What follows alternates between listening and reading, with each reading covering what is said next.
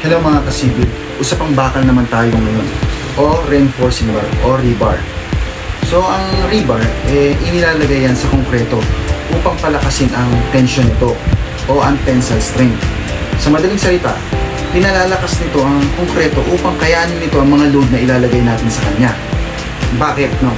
Kasi ang concrete, malakas yan sa compression. Ibig sabihin, ipipiin mo yan o ika-crush mo, hindi agad yan mababasag. Pero mahina naman ang concrete sa tension. Ibig sabihin, kung hihilahin mo yan o ibibend mo yan, madali yang masisira. Parang buhay lang yan . No matter how strong you look, if you ignore your weak points, you will eventually break. So strengthen them. So ngayon, ano ba yung mga basic na dapat natin alam kung bibili tayo ng bakal? Discuss natin yan.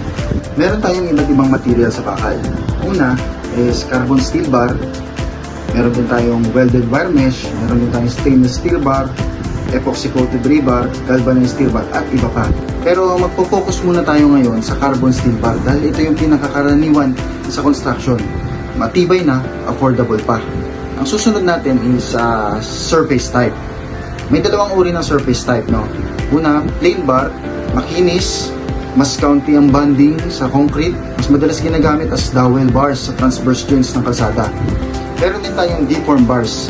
So ito yung may mga ridges o yung nakaumbok na linya para mas malakas ang kapit niya sa concrete. Ang deform bars ay mas madalas natin gamitin sa mga project dahil mas mahusay ang grip nito at saka anchorage. Sunod natin pag-usapan ay ang grade. May iba't ibang grade din ng mga rebars, no? Ito ay batay sa yield strength nila o ang lakas na kaya niyang i-handle bago ito permanenteng ma-deform. Ang karaniwang mga grade ng bakal is grade 33, grade 40, grade 60, o grade 75 and above para sa mga high structural use na yon, no? Ngayon, punta tayo sa sizes ng mga bakal. Una ay ang diameter. Yan ay depende sa structural design ng structure natin. Ang karaniwang mga sukat niyan is 10, 12, 16, 20, 25 at iba pa. Punta naman tayo sa length. Ang length naman, may mga commercial length tayo na 6 meters, 7.5 meters, 9 meters, 10.5 meters, 12 meters. Pipiliin mo length ay nakadepende sa rebar cutting list or bar bending schedule ng project nyo. So hindi tayo pwedeng basta bibili lang ng bibili. Usage type naman tayo. Sa usage type, meron tayong weldable and non-weldable na rebars. So, yung mga weldable, ginagamit yan kadalasan sa mga steel cages, sa mga structure na may embedded plates, steel columns with rebar connections, basta yung kailangan ng welding. Tapos, ang non-weldable, ito yung mas common sa construction, lalo na kung hindi naman kailangan ng welding kasi budget friendly. At saka naglalap splicing naman tayo. So, yun. Yung mga specs na diniscuss ko, lahat yan ay nakadepende sa structural design ng plano natin. So, hindi tayo basta pwedeng bili lang ng bili. Lagi natin titingnan ang general specs and structural design. Tip, no? Yung mga specs na yan, ay madali mong madidetermine kapag nandyan na yung bakal.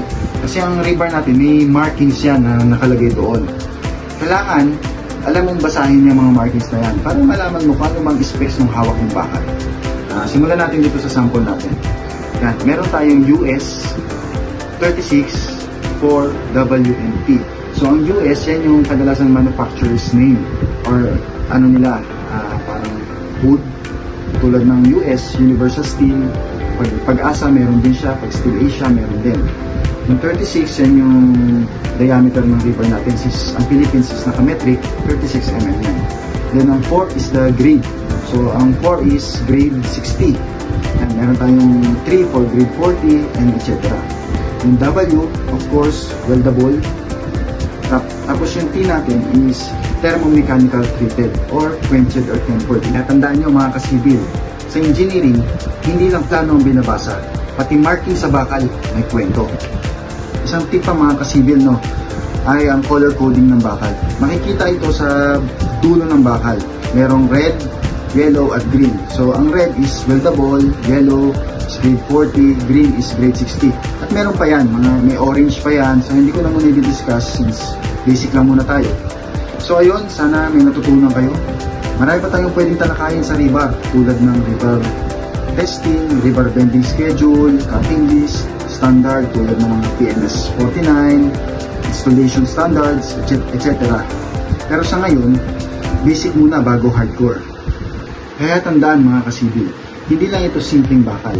Bawat piraso may specs, may purpose at may impact sa tibay ng buong structure. Kung gusto niyo pa ng mas maraming basic to hardcore civil topics, don't forget to like, follow, and share. Basta ka civil, kasama ka.